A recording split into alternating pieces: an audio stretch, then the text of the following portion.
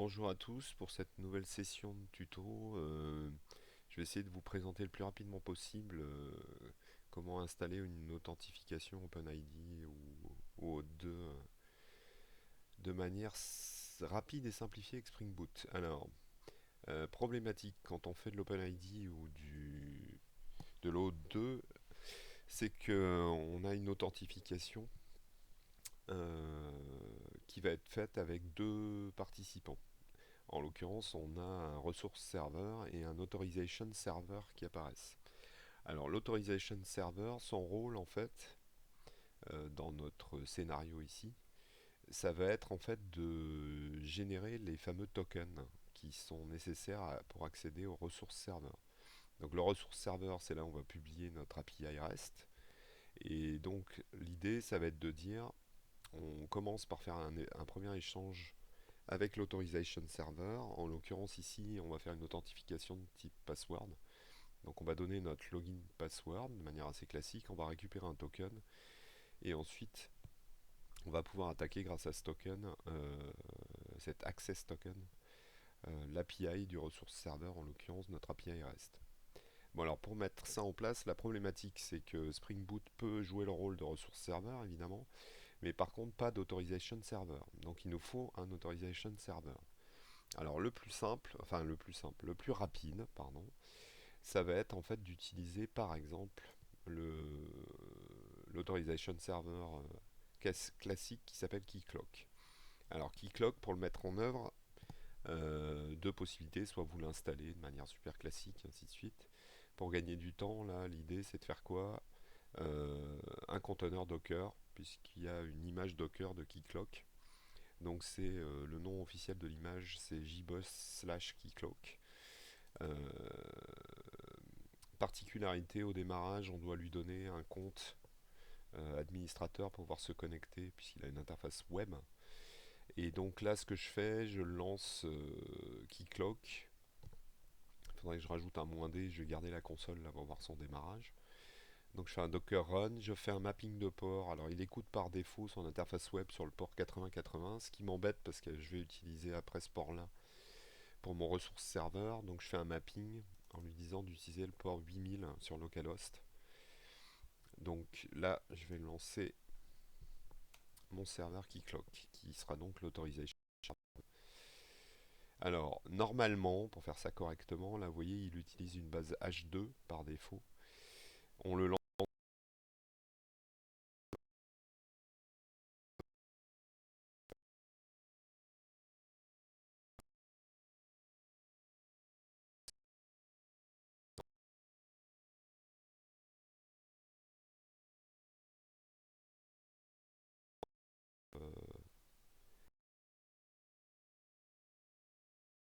par exemple derrière. Donc, je vais attaquer mon localhost 8000. Voilà, donc j'arrive ici, je vais sur l'administration console, et donc là, je vais mettre le user que j'ai défini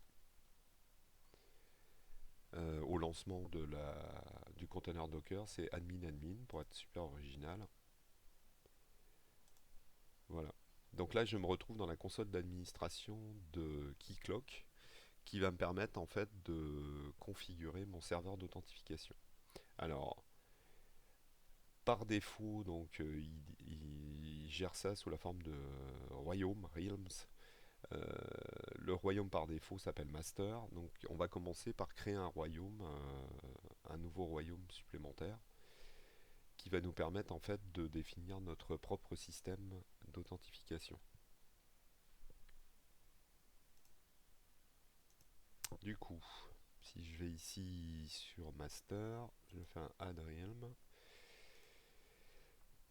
Du coup, je vais l'appeler par exemple musée pour prendre un truc complètement au hasard.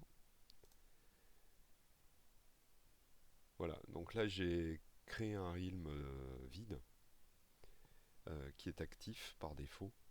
Donc ça, je garde les paramètres par défaut, donc en OpenID Endpoint Configuration. Donc ça va être un serveur OpenID. Donc il n'y a rien à faire sur cette partie-là.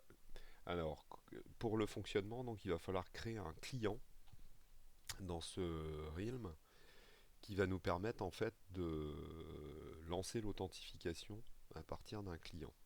Alors, il y a deux types de clients.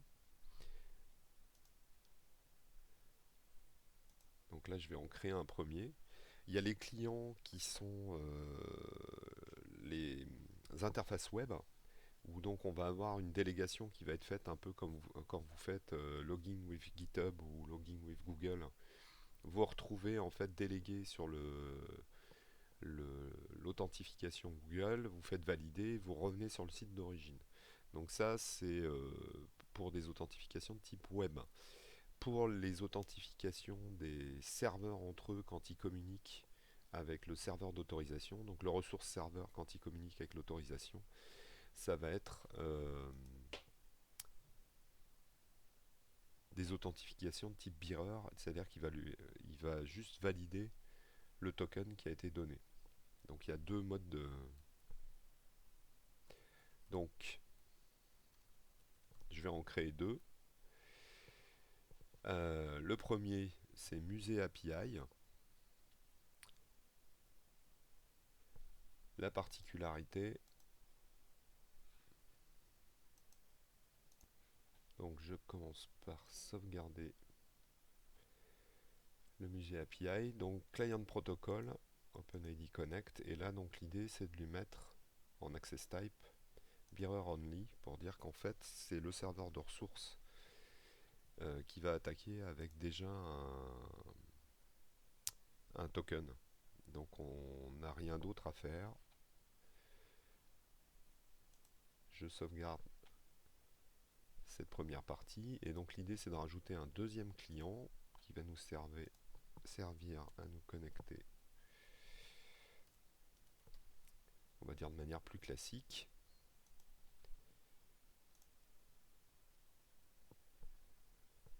Donc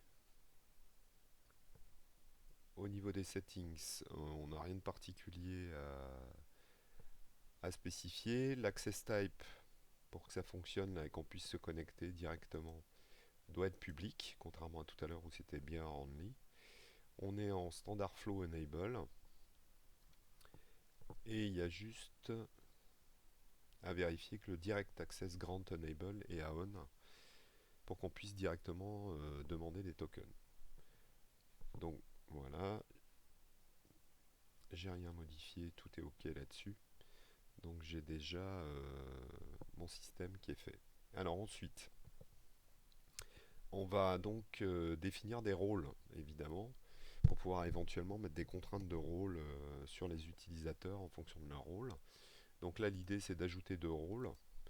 On va prendre des trucs super standards. Admin, qui est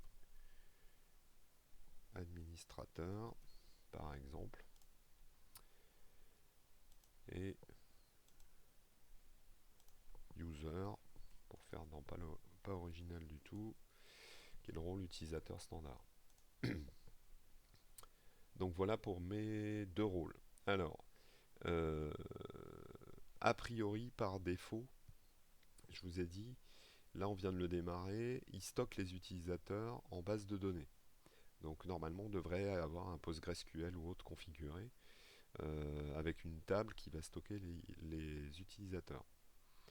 Donc là pour test, on va juste rajouter directement dans la configuration les utilisateurs à la main. Donc là je vais rajouter un premier utilisateur donc dans la section user. Je vais l'appeler admin. admin@admin.fr, peu importe. First name, last name, peu importe. Enabled, ok. Et alors pour que l'utilisateur soit actif, on peut mettre en place tout un système de vérification d'email où il envoie ainsi de suite. Je vais le cocher directement en mettant on. Du coup, cet utilisateur sera considéré comme ayant un email vérifié. Je le sauvegarde. Je vais aller changer son mot de passe tout de suite à cet utilisateur admin. Je vais mettre comme mot de passe admin. Alors on est bien d'accord, c'est pas les utilisateurs de Keycloak, hein, c'est les utilisateurs qui seront définis dans le RIM. Donc c'est pas lié à l'interface web de Keycloak. Alors je vais le désactiver temporary pour qu'il garde ce mot de passe tout le temps, parce que sinon il y a une procédure de changement de mot de passe. Je sauvegarde son mot de passe, set password. Voilà, c'est bon, j'ai mon premier utilisateur. Je vais juste lui rajouter dans le role mapping. Comme il est administrateur, il a tous les rôles. Hop. Je retourne sur mes users. Je rajoute un deuxième utilisateur que je vais appeler user. Ou Fred. Allez.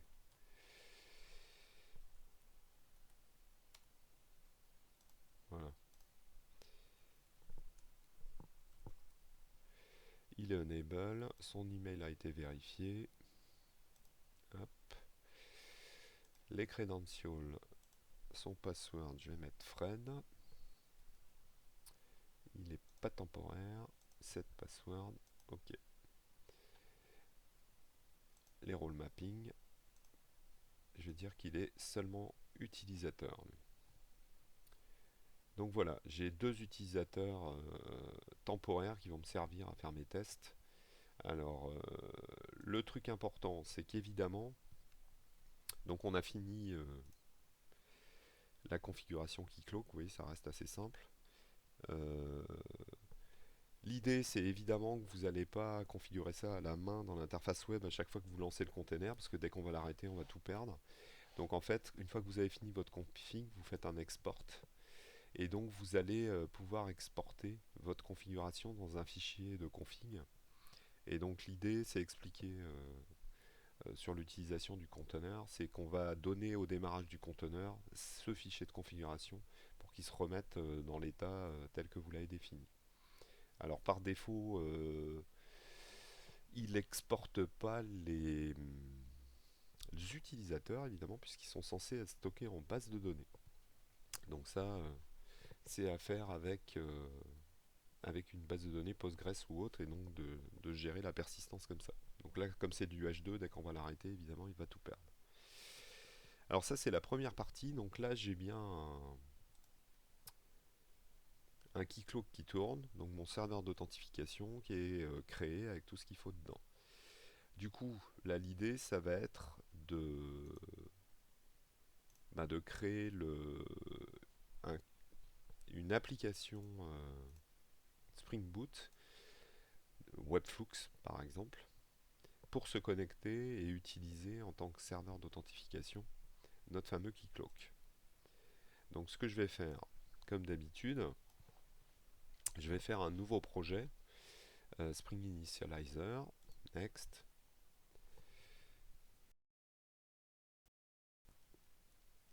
.inov par exemple. Je vais l'appeler live OpenID.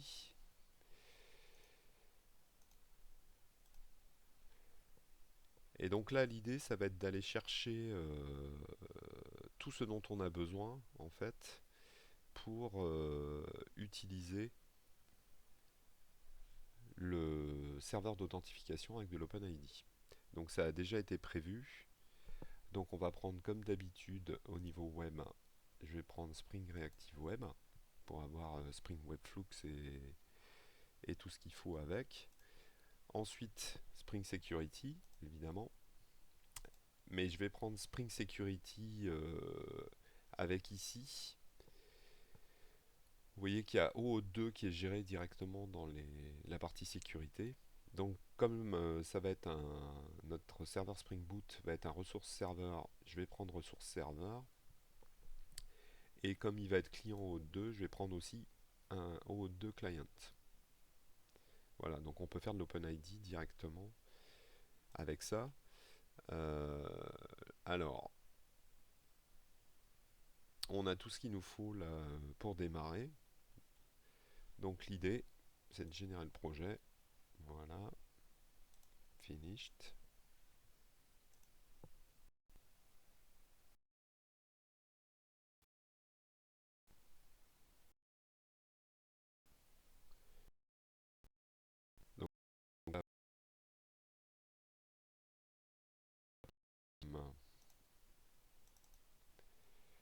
remettre.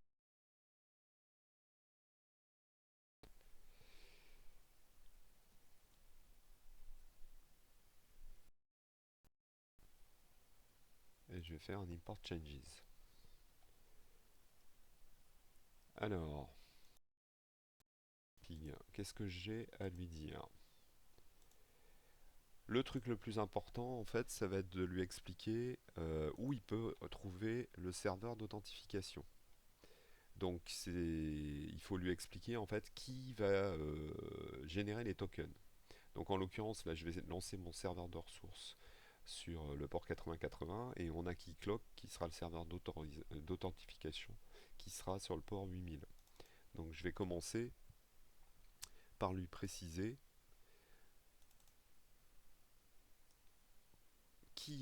où est l'issuer qui va générer les tokens. Donc en l'occurrence, cette propriété ici, voilà.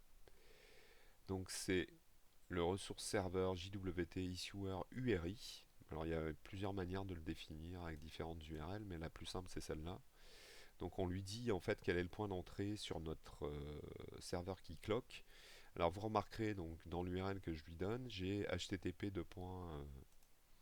localhost 2.8000, ça c'est normal, c'est le port sur lequel j'ai déployé Keycloak. Auth realms, et là en fait je lui donne la racine de mon royaume, hein, du realm que je viens de créer en fait et qui contient bien mes deux utilisateurs. Donc ça c'est pour la partie authentification, et il va générer en fait plein de sous-URI pour aller récupérer la configuration OpenID correspondante derrière. Donc ça c'est pratique ça. Donc voilà tout ce qu'on a à lui dire en fait pour lui expliquer comment vont être gérés les tokens. Alors du coup au niveau de notre application, un seul truc à lui dire, et encore c'est pas obligatoirement indispensable, enable webflux parce que je vais faire une API en webflux correspondante. Alors, donc premier package évidemment, pour la partie sécurité, je vais créer un package config dans lequel je vais mettre ma security config. Alors ma security config ici, ça va être relativement simple. Je vais définir en fait, donc je suis en mode Spring 5, hein, Spring Security 5 avec les webflux. Alors donc on est censé mettre enable webflux security. C'est une classe de configuration, donc je suis censé mettre add configuration. Et donc là je vais simplement définir, si vous avez regardé un peu la doc sur la manière dont on configure la sécurité, c'est un petit peu différent de la version que je vous avais présentée avec Spring Security en version Spring 4 et Spring MVC. Donc on a juste un Security Web Filter Chain à définir. Spring Security, donc c'est un bin. Filter Chain, je vais reprendre le même nom, peu importe. Et donc ce que ça prend, c'est un serveur HTTP Security. Ce qui revient un peu au même de ce que je vous avais présenté précédemment. Et donc là, on va faire toute la configuration, en fait, comme d'habitude, de nos URL et autres, des droits associés, directement sur HTTP. Alors, le truc qui est assez intéressant, qui est donc rajouté dans le ressource serveur, là, dans la dépendance, c'est que on peut... Alors, on commence toujours par un Authorize Exchange. Alors, je vais faire un truc 5 pour commencer, mais on peut utiliser les as roles et autres, tels que je les ai déjà présentés. Là, on est dans une config assez standard. Donc, any exchange, je vais demander simplement qu'il soit authentifié. Donc là, normalement, je mets un pass matcher pour vérifier en fonction de l'URL, ainsi de suite, quels doivent être les rôles et autres. Donc vous faites la configuration que vous voulez sur chacune de vos URL. Le truc super intéressant ici, c'est que pour la configuration au 2, ils ont fait un truc super simple.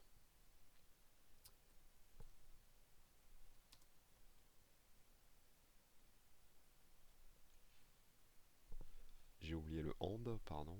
Je commence à avoir un doute. Voilà. Et là, c'est assez cool. Donc, on lui dit qu'il est ressource serveur et qu'il va utiliser des tokens JOT. Point de la finale de la configuration. Donc ça, c'est super agréable. C'est tout ce qu'on a à lui dire. Il n'y a pas de filter à définir ou autre. Ils sont déjà prévus en fait dans la configuration associée à,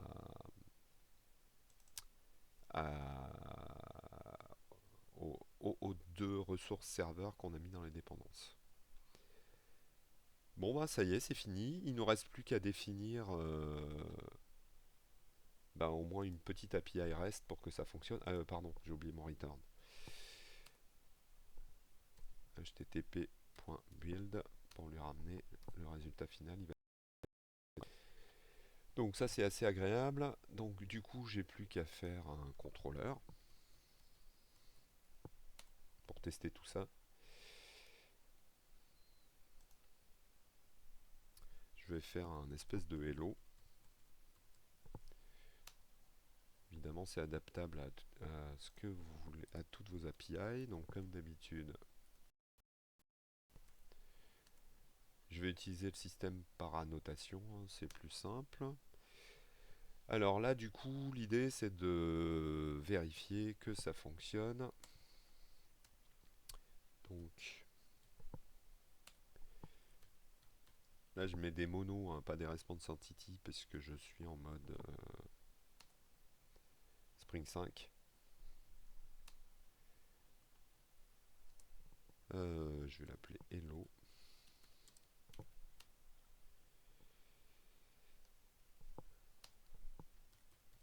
Et je renvoie un mono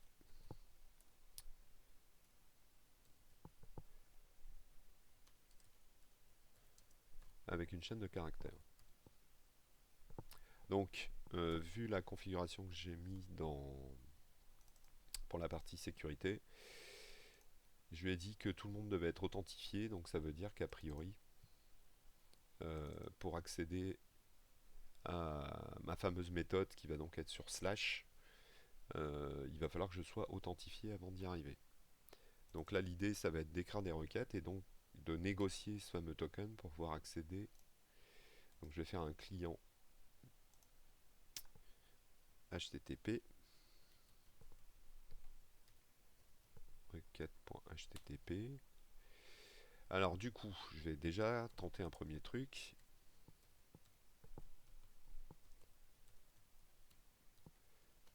C'est d'attaquer mon serveur. Donc je vais le démarrer.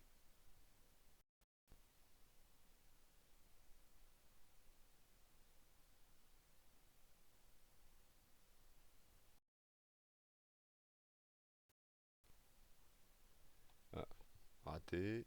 Essaye encore. J'arrête l'autre serveur sur le port 8080. Ça se marchera mieux. Voilà. Donc là, il est démarré.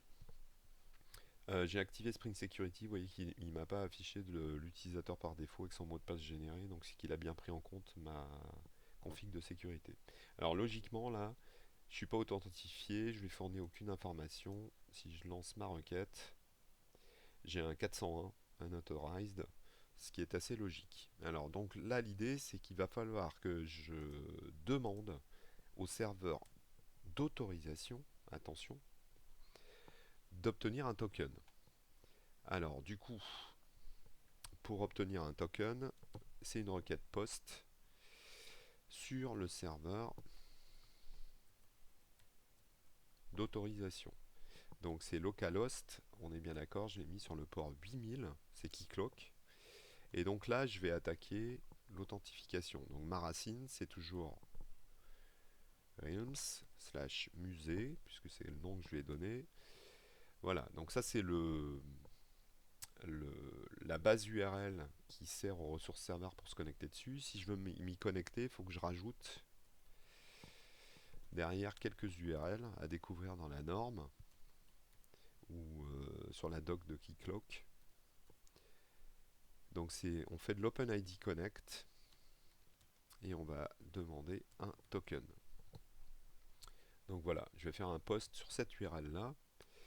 Ce qu'il attend en fait, c'est que je lui donne le login, le password, euh, et que je lui fournisse les bons login password pour qu'il m'échange ça contre un token. Donc le content type, comme c'est prévu pour être appelé depuis une application web en Angular ou autre, c'est du form URL encoded, enfin depuis un formulaire web, pardon. Et donc là, on va devoir lui rentrer tous les paramètres. Alors, première étape, toujours, le client ID. Donc là, on est bien d'accord, c'est pas le username ou autre, c'est le client ID, puisqu'on en a créé plusieurs, vous vous souvenez, API et web. Donc là, comme je suis en train de l'attaquer,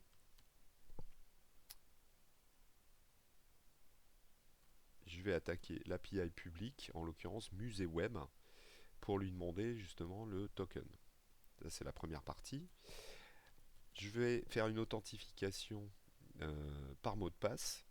Donc je vais prendre un des usernames, donc par exemple admin, et password égale admin, c'est ça que j'avais mis comme login. Et le truc important, le grand type, c'est-à-dire la manière dont dont on tente de s'authentifier. Donc là, en l'occurrence, comme je fournis un login password, mon grand type, ça va être password, puisque je veux me connecter en utilisant un login password. Donc là, j'envoie mes informations à Keycloak, et là, vous voyez, il me répond à 200 OK, donc il m'a bien authentifié. Euh, et ce qui me renvoie, en fait, c'est du JSON. Et dans ce JSON, il y a le truc le plus important, c'est le fameux Access Token. Donc c'est le token JOT qui a été généré par Keycloak et qui vous est renvoyé. Alors, j'ai d'autres infos derrière, expire, ainsi de suite, un refresh token, tout ce qu'il faut. Et des notions de scope qui sont aussi associées, je ne vais pas rentrer dans le détail. Donc le truc important, c'est ce fameux token. C'est lui dont j'ai besoin pour y accéder. Alors la syntaxe, vous la connaissez, hein. Dans toutes mes requêtes, du coup, il me faut un authorization de points avec un token de type bearer. Et là, il faut que je lui colle ce fameux token. Je le copie et je le code derrière, donc avec un espace. Et je relance ma requête en précisant donc dedans. Et là, on a le fameux ça marche. Alors, vous voyez, c'est assez cool. Ça fonctionne pas mal. Alors, petit conseil quand vous êtes en mode debug,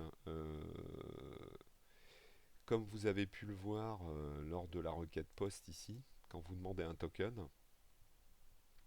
expire in 300, je vous conseille d'augmenter. Euh, je sais plus quelle est l'unité, ça doit être des secondes. Donc d'aller dans la configuration en fait des tokens que vous générez pour lui dire d'augmenter le temps parce que sinon vous êtes obligé de vous reconnecter à chaque fois puisque votre token s'invalide assez rapidement. Enfin bon, ça c'est un détail. Alors, autre truc important, je me suis bien pris le chou en lisant la doc de Spring Security pour le truc important, récupérer les infos de connexion ici. Si vous lisez la doc de Spring Security Reactive, en fait, il vous explique que pour récupérer l'utilisateur authentifié quand on utilise un système OpenID, normalement, on le récupère comme ça. Donc ça, c'est marqué dans la doc. Il y a deux moyens de le récupérer, normalement. C'est comme ça, avec une annotation at authentication principal. Ça, c'est la première possibilité. Et la deuxième possibilité, c'est de mettre explicitement un bearer token. Donc voilà, ici, pour récupérer l'authentication. J'ai essayé les deux, j'obtiens des pointeurs nuls à chaque fois, donc ça marche pas du tout. Et j'ai pas réussi à trouver d'où ça venait. Alors par contre, il y a un truc qui marche évidemment, heureusement, sinon ça perdrait un peu de son charme. C'est celle que je vous avais présentée qui fonctionne avec Spring Security, c'est de récupérer directement le principal. Mais le principal, alors celui qui fonctionne, vous pouvez mettre ici la notation standard avec le type security général qui s'appelle principal. Ça fonctionne. Donc vous récupérez un principal. Il y a juste une petite particularité, c'est qu'il a une structure vraiment particulière où en fait vous allez récupérer carrément le token. Donc vous pouvez mettre à la place de principal JWT Authentication Token qui vous permet d'accéder. En fait c'est son type réel. Si vous passez en mode debug, vous mettez un point d'arrêt ici et vous lancez, vous verrez qu'en fait le principal qui est injecté, son type réel, c'est pas principal, c'est JWT Authentication Token. Alors du coup, dedans, on peut aller récupérer plein d'infos euh, dans le principal. Donc, si vous cherchez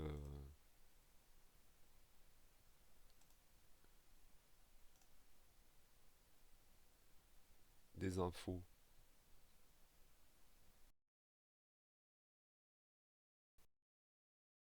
voilà. Donc je l'ai relancé en mode debug. J'ai mis mon point d'arrêt ici pour vous montrer un peu la tête qu'il a. Donc si je reprends ma requête, si je refais, alors l'URL que j'ai mis pour le principal, c'est slash principal en get.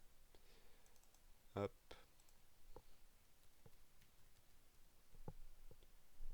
voilà. Je pense que mon token est devenu invalide. Ah, même pas.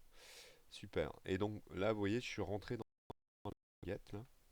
Et si vous regardez la tête du principal, en fait, il a plein d'infos, notamment le get token attributes permet de récupérer les tokens. Donc vous voyez que son name, il est un peu particulier. Le principal, il contient des headers, des claims, les fameux claims du token. Et vous avez aussi le token en fait qui est stocké directement dedans. Donc là, typiquement, dans le principal, si vous allez voir les claims, par exemple, vous avez tous les attributs qui sont stockés en fait dans les claims du token JWT ou JOT qui a été généré. Donc par exemple, donc à vous de voir qu'est-ce que vous voulez récupérer. Vous avez donc toutes les infos correspondantes ici. Donc par exemple, là je vais chercher le given name et j'affiche ce fameux given name. Si je résume, hop, je relance. Raté, le token a expiré. Je relance une génération de tokens. Je recopie-colle mon fameux token. Une fois qu'on a fait ça 12 fois, on change le timeout sur les tokens. Voilà, donc là je suis bien. Et vous voyez, là il est bien les récupérer en fait l'attribut correspondant. Et il m'affiche hello admin ici. Donc il a bien été récupéré le champ name dans l'attribut given name du token associé derrière. Bon, il y a moyen de le tuner ou autre. Ça donne déjà une bonne base de travail pour pouvoir commencer.